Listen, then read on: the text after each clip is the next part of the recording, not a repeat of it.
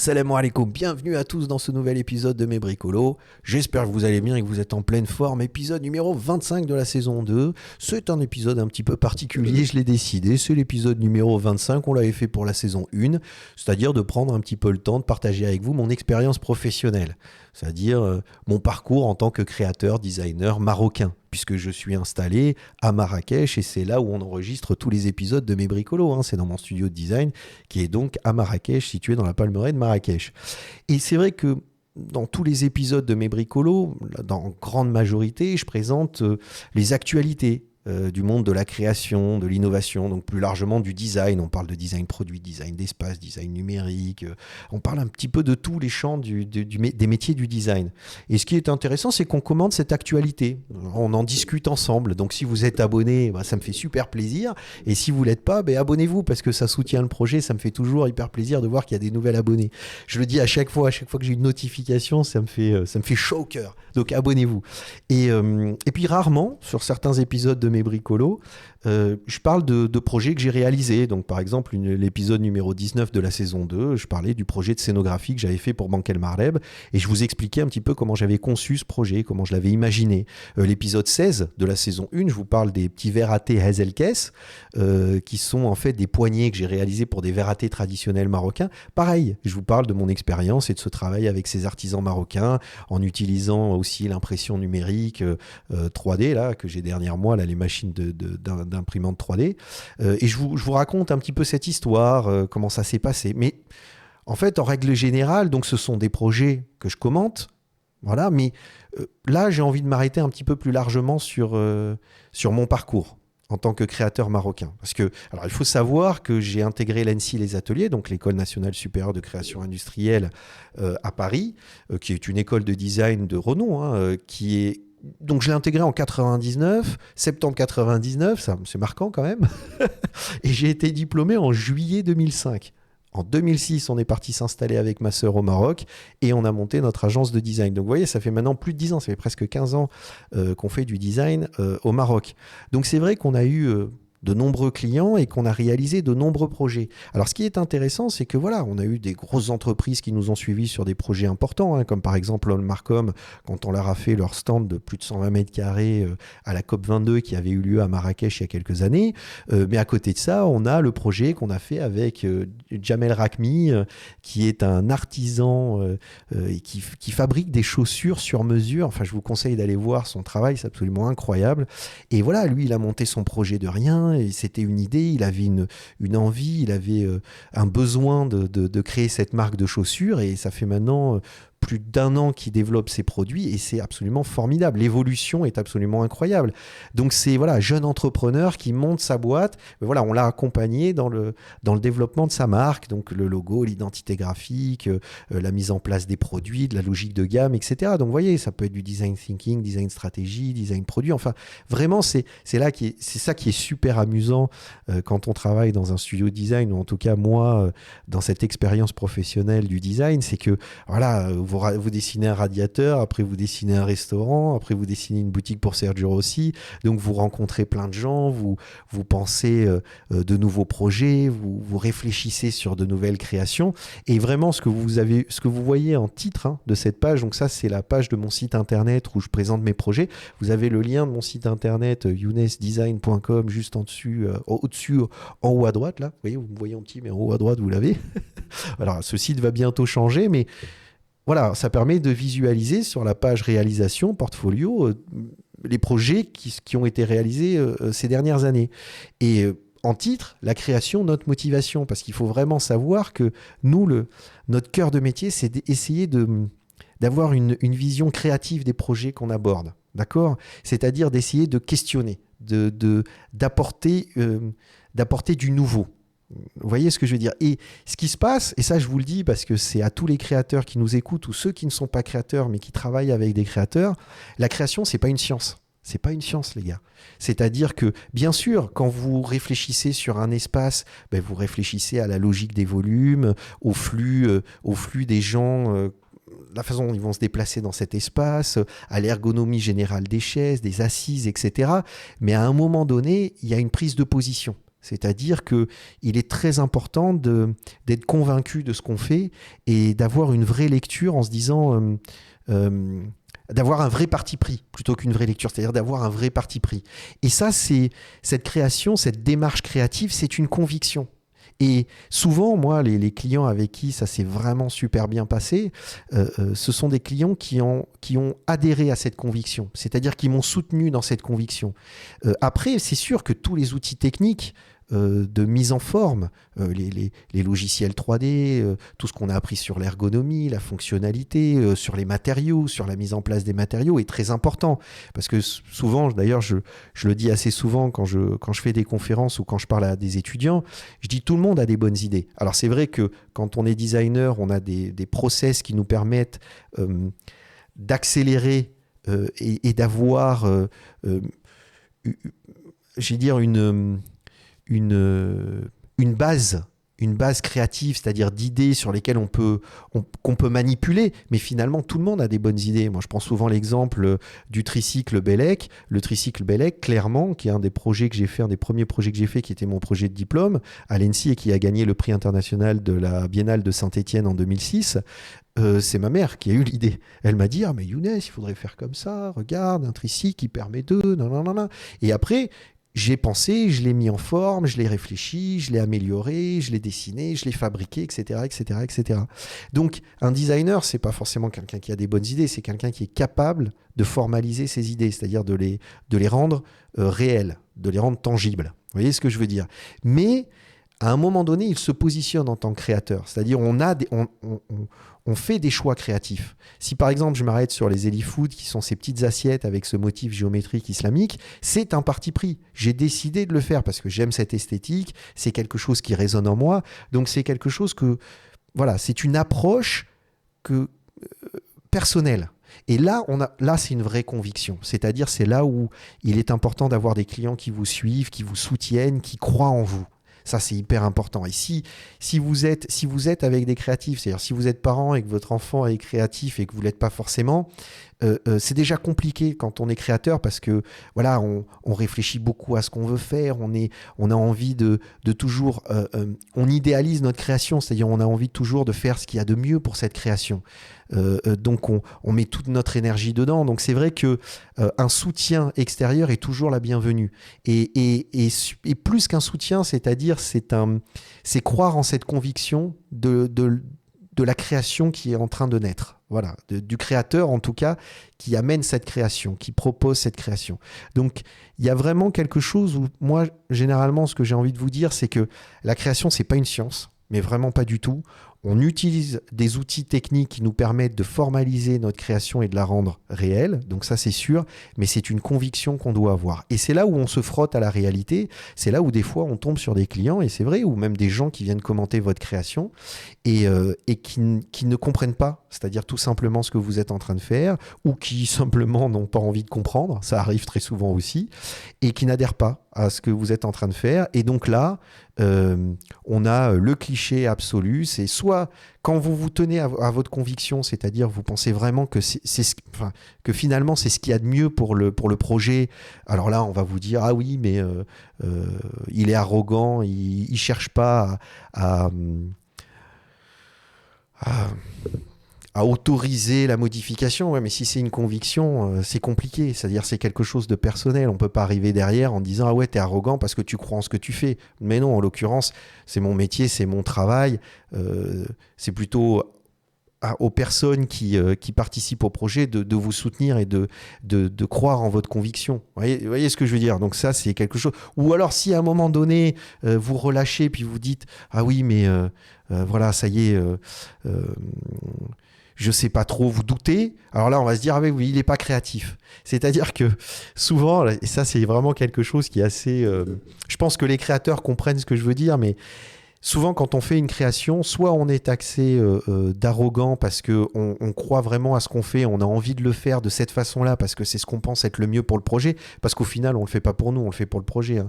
Quand on réalise un projet, les gens ont du mal à croire, mais cette conviction, on la met dans le projet. C'est pas nous en tant qu'individu, c'est le projet qu'on cherche à mettre en avant. Ou soit on subit des critiques qui sont hyper faciles de dire « Ah, mais il n'est pas créatif parce qu'il a fait des compromis ». Donc le commentaire extérieur est souvent facile.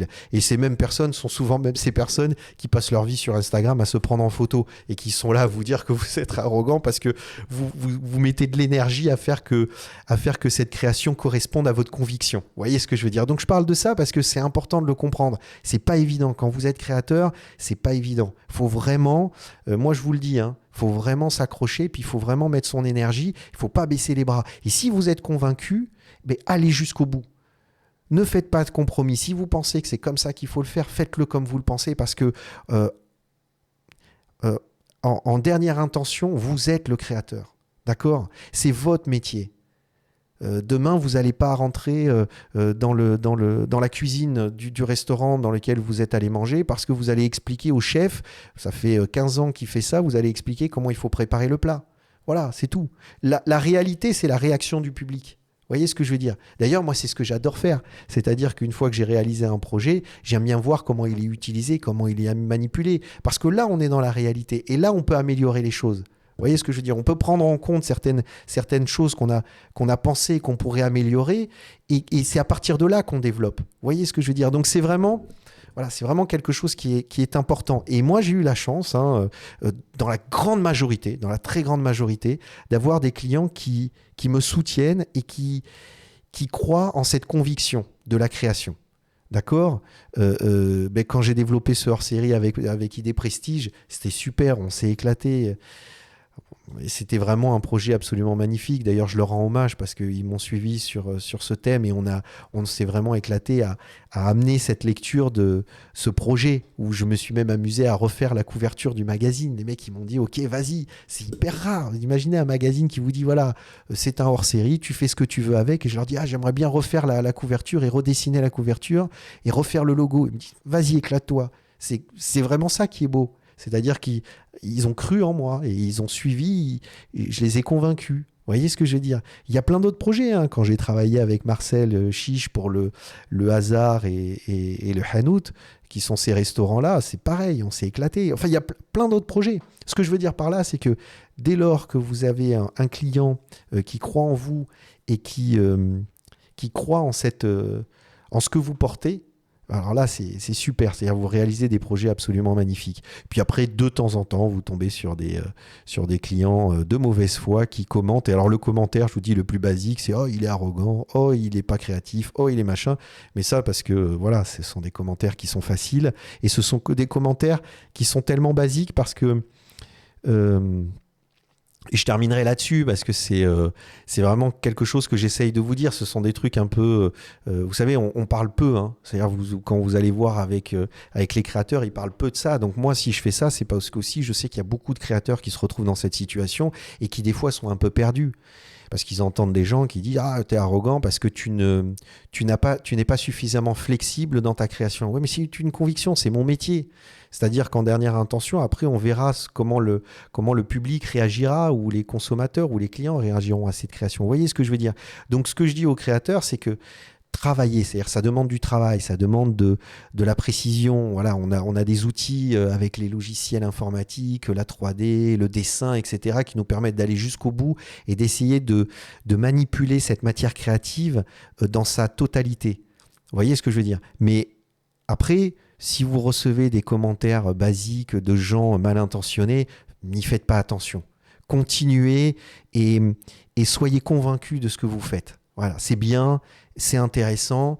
Et franchement, moi, je vous le dis, dans ces vidéos de mes bricolos, s'il y a certains projets que vous avez envie de partager avec moi pour que j'en parle, vous êtes les bienvenus. Hein, c'est ce qu'on fait dans ces épisodes de mes bricolos. Donc, allez-y, sentez-vous à l'aise pour faire ça. Et d'ailleurs, je voulais faire un petit message là pour expliquer à quel point, quand on est soutenu, c'est important. L'OMPIC, qui est donc l'Office marocain de la propriété industrielle et commerciale, soutiennent vraiment les créateurs. Moi, ça fait plusieurs années qu'on discute avec eux. Chaque fois qu'on a un problème ou qu'on a une question sur la propriété intellectuelle, croyez-moi, si vous êtes créateur marocain, appelez-les. Ils sont tout de suite disponibles. Ils répondent à toutes vos questions. Vous avez en plus accès, c'est très pédagogique, c'est très didactique. C'est-à-dire, si vous allez sur le site internet, vous avez beaucoup d'informations qui vous expliquent comment vous devez faire, les documents à télécharger, comment vous devez mettre en place vos projets, qu'est-ce que vous devez protéger, comment vous pouvez les protéger. Et ils sont disponibles. Donc ça, c'est en 10 ans, 15 ans, l'évolution que l'OMPIC a eu dans le soutien à l'innovation et à la création est absolument incroyable, vraiment. Donc, moi, de mon expérience personnelle, je sais qu'ils m'ont accompagné et je sais que c'est une institution qui soutient vraiment la création. Et puis aussi, il faut le dire, hein, on a notre roi marocain qui, dans tous ses discours depuis 2012 et même avant, parle d'innovation. Ça, c'est un travail qu'avait fait ma sœur, justement pour sensibiliser les entreprises qui encore doutaient, parce que ça arrive, les entreprises marocaines qui doutent de l'innovation et de la création. Ah ouais, pour ceux qui regardent les épisodes de Mes Bricolos, vous dites quoi? On doute de la création, on doute de l'innovation. Les entreprises doutent qu'être innovant, il y en a qui doutent. Et puis il y en a qui sont assez aussi, qui n'ont absolument, dernièrement j'ai eu ça, qui n'ont absolument aucune idée de ce qu'est la création. Mais aucune idée. Vous savez, ce sont des gens de bureau qui travaillent dans des bureaux et puis c'est tout, quoi. Je veux dire, ils n'ont absolument aucune vision de l'innovation et de la création, donc c'est quelque chose qui est assez déroutant. Vous voyez ce que je veux dire? Pourtant, dans les discours du roi, si vous repérez, alors ça, je mettrai ce texte aussi en lien dans la description, parce que comme ça, vous aurez toutes ces citations de Mohamed VI, notre roi, qui justement parle d'innovation, de création et soutient cette démarche-là. Donc c'est aussi intéressant de voir que, encore une fois, en tant que créateur, quand il y a une conviction, quand on est convaincu de quelque chose, sentir qu'on est soutenu dans cette démarche, c'est très important. C'est vraiment, vraiment très important. Et je voulais terminer sur le travail avec les artisans, parce que très souvent dans mes projets, je discute en disant, je parle avec vous, et puis je discute et je dis, voilà, ce projet, je l'ai fait. Alors, j'ai déplacé ma tête pour ne pas obstruer cette belle photo qui a été prise par un ami, Frédéric Ruot. J'ai travaillé avec les artisans, on a développé des maquettes, etc. Mais là, je voudrais leur rendre hommage pour la fin de cet épisode de Mes Bricolos, parce que travailler avec les artisans marocains, c'est extraordinaire. Vous voyez, quand je vous disais... être convaincu, c'est-à-dire et être soutenu dans sa conviction, moi, de mon expérience, l'ensemble des artisans avec lesquels j'ai travaillé ont adhéré, m'ont soutenu, m'ont donné, m'ont offert leur connaissance. Parce que, par exemple, la photo de cet homme, là, c'était un projet de damasquinerie que j'avais réalisé en 2012. Et c'était un gars dans un coin, il parlait pas beaucoup, et il travaillait. Moi, j'étais venu pour expérimenter ce travail de la damasquinerie et pour voir comment je pouvais me l'approprier, comment je pouvais le travailler. C'était avec le ministère de l'Artisanat et du Tourisme. Et il m'avait demandé de travailler sur ce projet-là. Il était dans un coin, il parlait pas beaucoup. Et je m'étais assis avec lui. Au début, on avait bu le thé. Et puis à un moment, je lui montre mes dessins. Parce que, évidemment, on adapte sa communication à la personne qu'on a en face de nous. Donc, j'avais mis les plans techniques de côté, j'avais mis, même s'il était parfaitement sensible à la compréhension des plans techniques, mais je voulais avoir une discussion plus sensible avec lui. Donc, j'avais pris mes dessins, et là, il m'avait expliqué des choses absolument extraordinaires. Il avait travaillé sur les motifs, il m'a expliqué les motifs, il m'a expliqué comment ça fonctionnait, il m'a expliqué la matière, il m'a montré des choses. Il m'a suivi. Après, quand je lui montrais, regarde, j'aimerais bien réaliser ça comme ça, il me le faisait sous les yeux. Et il a réalisé des choses avec moi absolument incroyables. Et c'est là où je vous dis, quand on a ce soutien, c'est-à-dire que il était curieux, je l'ai un petit peu challengé sur des réflexions autour de son savoir-faire. Et surtout, j'ai beaucoup appris de sa connaissance et de son savoir. Et ça, c'est systématique. À chaque fois que je travaille avec des artisans, je suis constamment bluffé par leur connaissance, leur savoir-faire et surtout leur capacité de s'adapter. Et alors, vraiment, hein, je vous le dis, c'est-à-dire que j'ai travaillé avec des artisans évidemment un petit peu partout, mais les artisans marocains, les artisans avec lesquels j'ai travaillé, vraiment c'est incroyable leur lecture de la matière, leur lecture, la compréhension de l'objet, etc. C'est absolument fascinant. Et c'est vraiment quelque chose vraiment qui m'a beaucoup apporté et qui était très important dans mon évolution personnelle. Vous voyez ce que je veux dire ? Et quand j'ai travaillé certains projets, j'en parlerai dans d'autres épisodes de mes bricolos. Là, ça fait déjà 20 minutes qu'on discute ensemble. Donc, je vais passer à autre chose. Hein. On va terminer cet épisode de mes bricolos parce qu'au bout d'un moment, bon, vous savez, je suis un passionné. Donc, dès qu'il s'agit de parler de ce que j'aime faire, parce que je suis un passionné, vraiment, je suis passionné. Si je fais des épisodes de mes bricolos, c'est parce que même à la fin de la journée, quand j'ai travaillé sur mes créations, j'ai envie de regarder ce qui se fait ailleurs et de partager avec vous ça. Et puis, avec cette histoire du Covid, on pouvait plus se voir. Bah voilà, c'était l'occasion de discuter avec vous et puis de vous parler de tout ça. Donc moi, je suis passionné par la création. C'est vraiment quelque chose qui m'éclate. Donc c'est ça aussi, c'est-à-dire que c'est de la sensibilité et ces artisans marocains ont toujours vibré avec moi. Il y a toujours eu cette espèce d'échange et j'ai énormément appris d'eux. Et malheureusement, on voit encore des gens qui sont là à commenter les artisans en disant « Oui, mais ils font jamais la même chose. Oui, mais c'est de l'artisanat. Oui, mais ils font pas ce que j'ai dit. Ouais, mais est-ce que tu leur as bien expliqué ?» C'est toujours la même chose. Donc, bien sûr qu'il y a toujours possibilité d'améliorer, mais arriver avec une critique systématique parce que ben voilà, on est médiocre, ben c'est pas bon. Il faut avoir je pense que ce qui manque aujourd'hui, c'est qu'il y a un certain nombre de personnes qui sont justement à des postes importants au Maroc, dans des entreprises, dans des sociétés, tout ça, qui n'ont absolument aucune sensibilité à la création et à l'innovation. C'est-à-dire que, bon, ils voient une œuvre, une toile, une peinture, ils disent « Ah, c'est une peinture », ils l'identifient comme une peinture. Mais c'est tout. C'est-à-dire toute la portée symbolique derrière, tout ce que ça amène, tous ces projets créatifs, etc., qui sont à développer. Alors là, il n'y a plus personne. Avec un irrespect total pour les métiers créatifs. Donc, si vous êtes créateur, accrochez-vous, ne lâchez rien. Moi, je suis avec vous en tout cas, à 100%, et je l'ai toujours été. Envoyez nouveaux projets, on en parle dans Design Maroc, j'en parlerai dans mes bricolos avec plaisir. Et puis, ne lâchez rien si vous êtes convaincu de ce que vous faites. Ne lâchez rien et continuez et puis c'est comme ça qu'on y arrivera. Voilà les amis, sur ce, je vous propose d'autres vidéos à gauche et à droite et je vous retrouve très vite pour un nouvel épisode de mes bricolos. Pslema à tous.